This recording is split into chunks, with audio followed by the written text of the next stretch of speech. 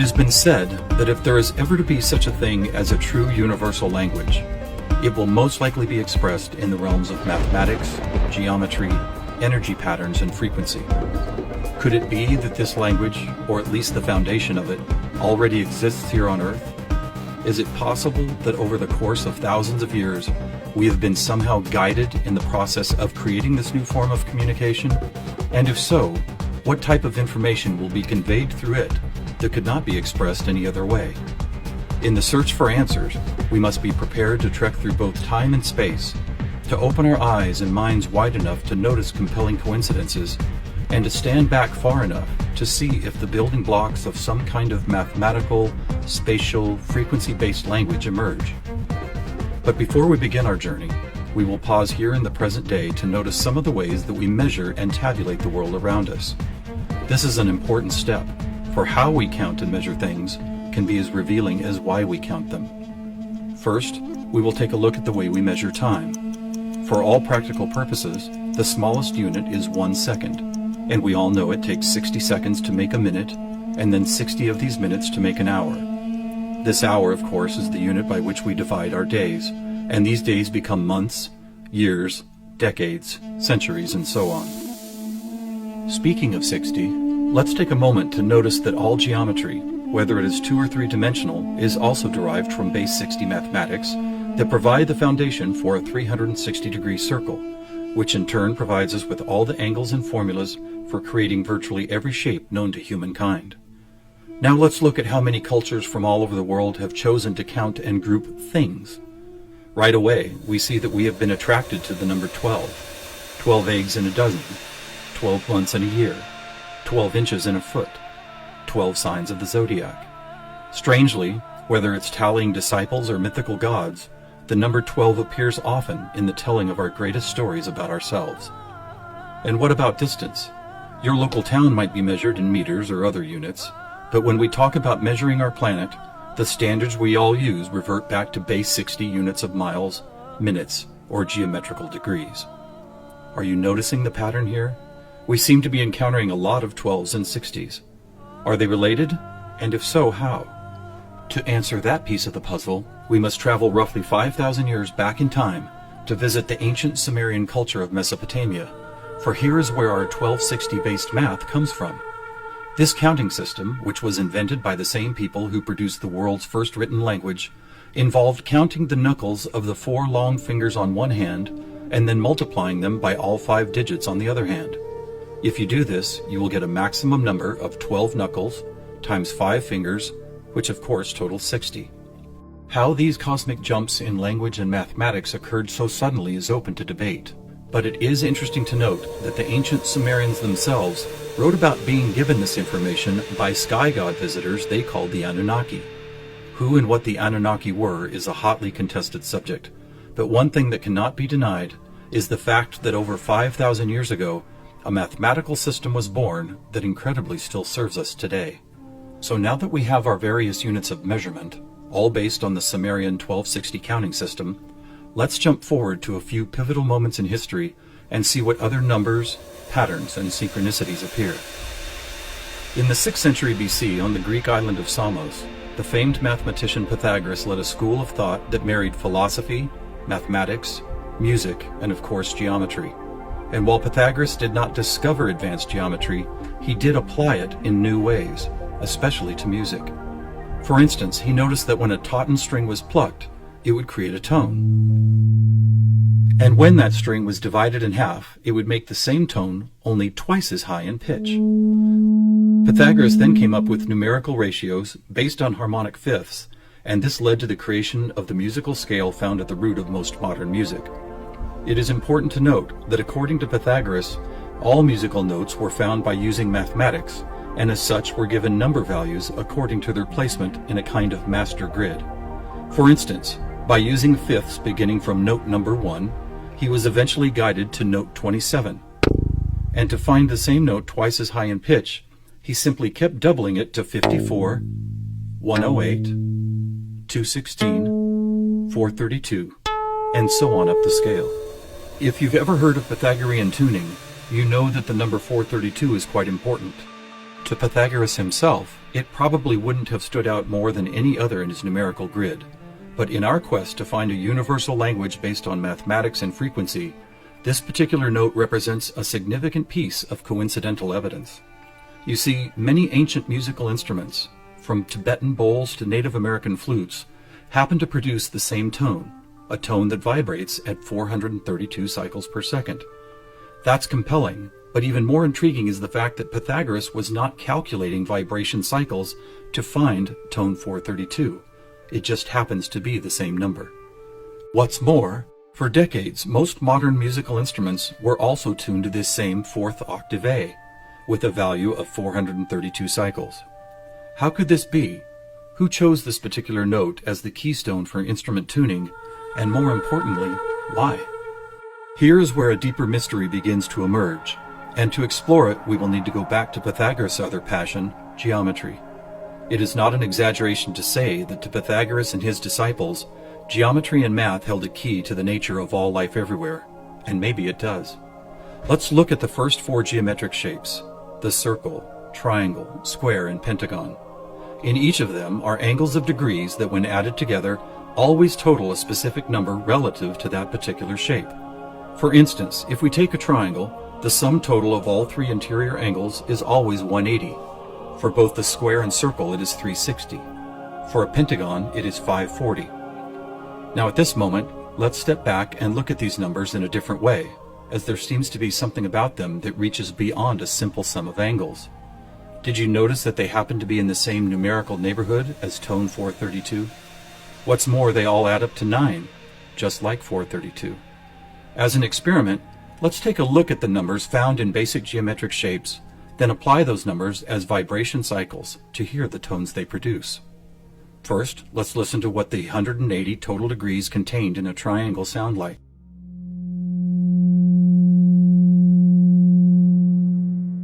And here's a squares and circles 360 in cycles per second. A perfect octave up from the triangle. What about the pentagon at 540? That sounds like a harmonic fifth of the other two. That's interesting. What are these tones? They are F sharp and its perfect harmonic fifth of C sharp. Let's keep going. What does a hexagon 720 sound like? Another F sharp. Here's a seven-sided septagon, which totals 900. This is an A sharp, which happens to be the note required to complete an F sharp major chord in perfect three-part harmony.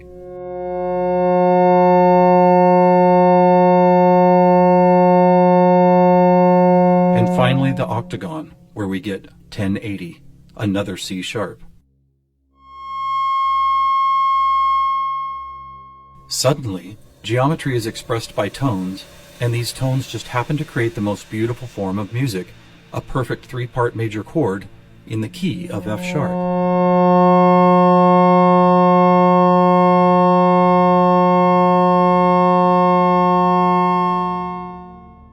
Is this something we've been missing for years? Is it important? To the famous philosopher and mathematician Plato, the answer would have been a resounding yes, for it is Plato who advanced the study of two-dimensional geometry into three-dimensional geometry, and who began to recognize that nature, whether expressed as a tone, the petal design of a flower, or the spiraling design of a seashell, seemed to follow a 3D mathematical pattern. In fact, it became an obsession of Plato to try and find the simplest three-dimensional geometric shapes, and his quest ultimately revealed what we now call the Platonic solids. In essence, these forms represent the most elemental construction blocks found both in human-made and natural forms. So let's see if and how they fit into our geometry tone grid. First, there is the tetrahedron, or a three-sided pyramid comprised of four interlocking triangles. As we did before, let's add up all the angles found in those four triangles. The answer, 720, which we have already seen is the tone F sharp.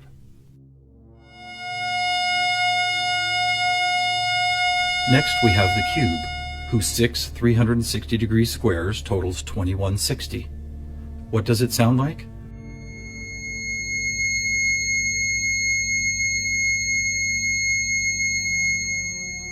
2160 is a high C sharp, and as you will see later, a very interesting number for other reasons as well.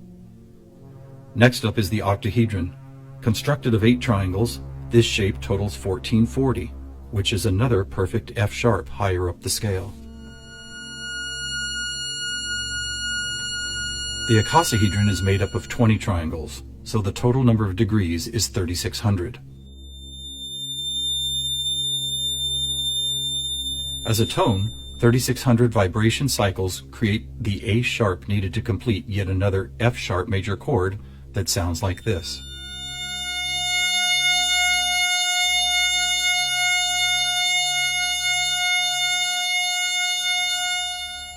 At this point, we have seen how 2- and 3-dimensional geometry can be expressed by the notes found in an F sharp major chord.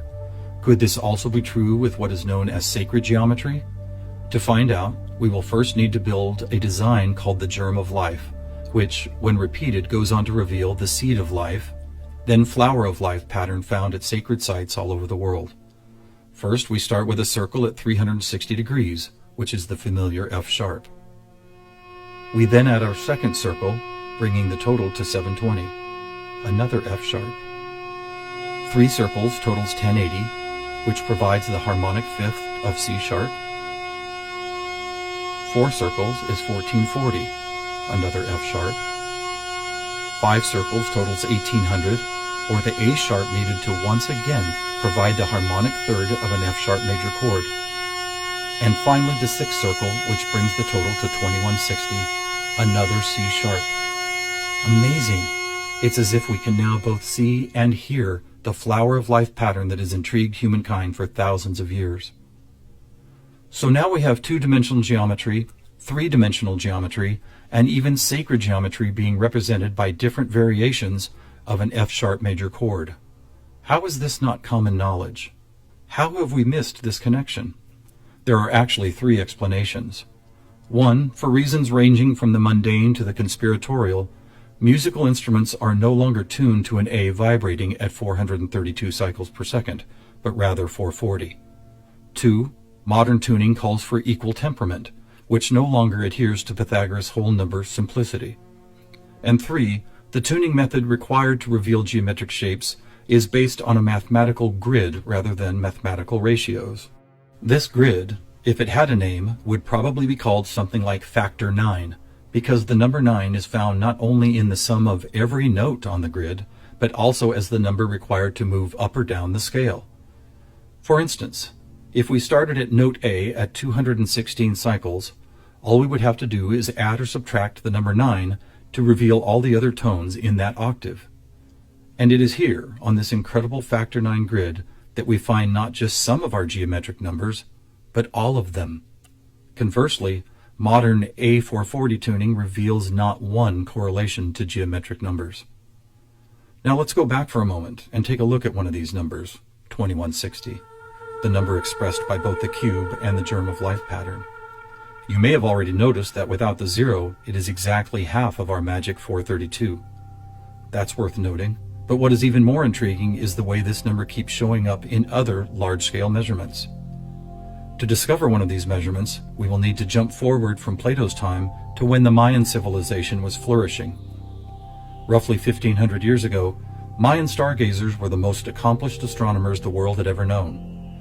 Their concept of cyclical time led to many incredible discoveries. The accurate length of a year, the exact dates of seasonal changes, even the moments when solar and lunar eclipses would occur. But their most amazing discovery was of something known as the precession of the equinox, which makes note of a very slow wobble of Earth's axis. Somehow aware of the fact that this wobble takes 25,920 years to complete, the Mayans called this cycle one great year, with each of its 12 great months requiring 2160 Earth years to complete. And what about this? Did you know that the diameter of our moon, when measured in miles, also happens to total, you guessed it, 2160? Lastly, watch what happens when we apply simple division to this highly synchronous number. 2160 divided by 2 is 1080, the angle sum of the octagon. By 3, 720, the total of the hexagon. By 4, 540, the pentagon. And by 5, Are you ready? It's the ketone of 432. And by 6, 360, the number of both the square and circle. All F sharps and C sharps with our 432A thrown into the mix as if it were some kind of clue to solving a cosmic riddle. Maybe we should look at this number even more closely. As we've stated, our closest celestial neighbor, the Moon, is 2160 miles across, and 216 is exactly half of 432. What about the other large object in our sky? Were you aware that our Sun is 864,000 miles across? Incredibly, where the Moon's base number sequence is half of 432, the Sun's number sequence is exactly twice 432. And do you know how many seconds there are in a day? 86,400, or 43,200 for the 12 hours of day, and 43,200 for the 12 hours of night. Or try this. Take the 360 degrees found in the circular shape of our Sun and Moon, and then multiply it by the 12 hours of either day or night. The answer, 4320. Or how about this? What is the only whole number that when squared comes to within 0.01% accuracy to measuring the speed of light? 432. What is going on here? We have all these different things: Earth cycles, time and celestial measurements, geometry, sonic frequency, yet they are all represented by the same numbers over and over again. To answer that, we must search for the factor common to all of them, and that common factor is the 5,000-year-old Sumerian 1260 counting system. It is what gave us the inches to a foot, the seconds to a minute, and the 360 degrees in geometry. It's almost as if the sky god visitors, who the Sumerians called the Anunnaki, provided humanity with a counting system that would lead to the discovery of these synchronicities. Could it be that the number 432 really is some kind of cosmic key that unlocks a language of higher understanding? And if so, have these sky visitors ever been back to make sure we don't miss the importance of the 432 matrix? One possible answer can be found in the story of a man named George Van Tassel, a respected aeronautical engineer who believed he was contacted by extraterrestrial beings in the early 1950s. During this encounter, Van Tassel said he was provided with a mathematical formula that could be used for everything from time travel to sound frequency healing, and which he used to build the world-famous Integratron near Joshua Tree, California. What is this formula? It is F equals 1 over T, or frequency equals one particular something divided by the number of time. Well, what if that one something was the biggest one on our planet, the one great year of 25,920 discovered by the Mayans? And what if the number for time was the most logical choice of 60? Suddenly, this mysterious equation is expressed as frequency equals 25,920 divided by 60. Are you ready for the answer? It's 432.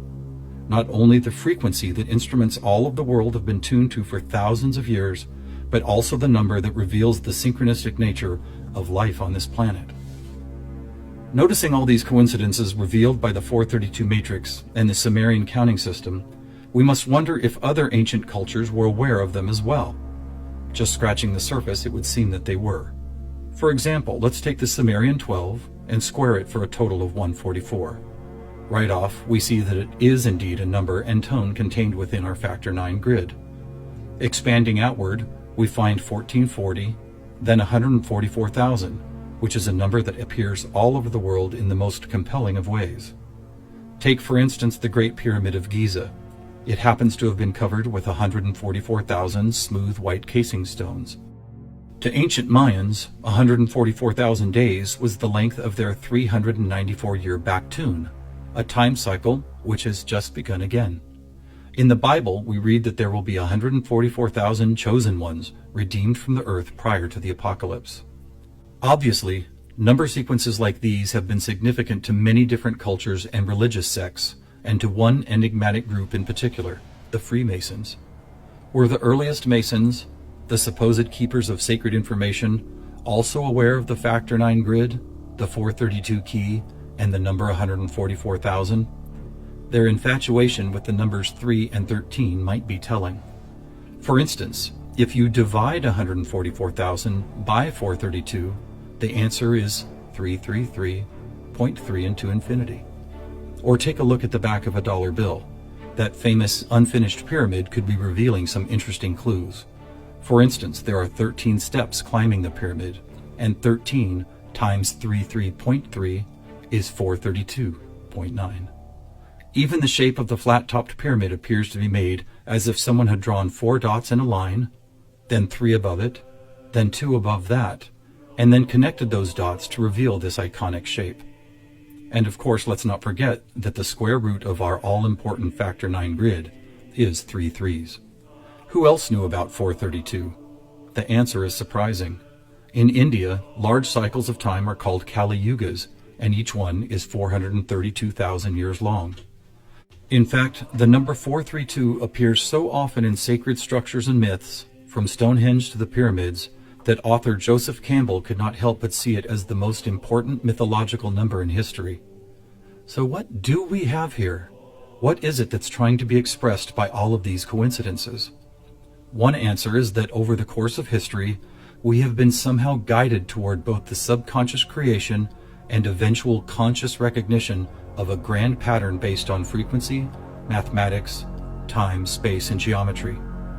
Quite possibly, these synchronistic numbers, shapes, and tones represent the building blocks of a language that we do not yet fully understand, but could turn out to be the most important language we will ever learn.